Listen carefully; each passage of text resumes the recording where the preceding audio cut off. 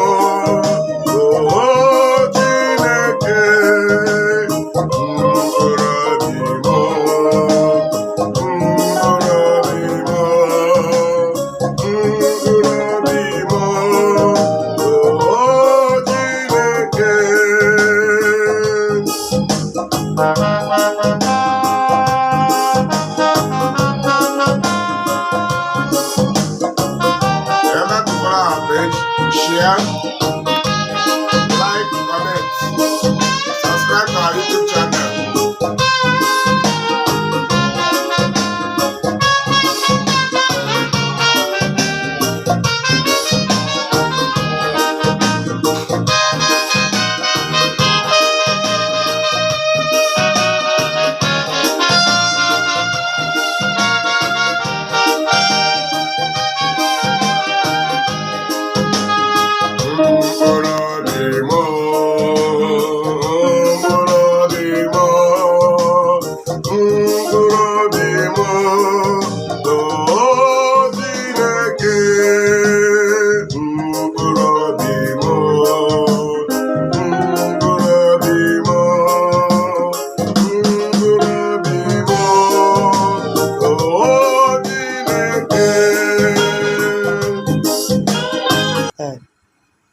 So like, share, comment, subscribe to our YouTube channel. See you on the English version next tomorrow.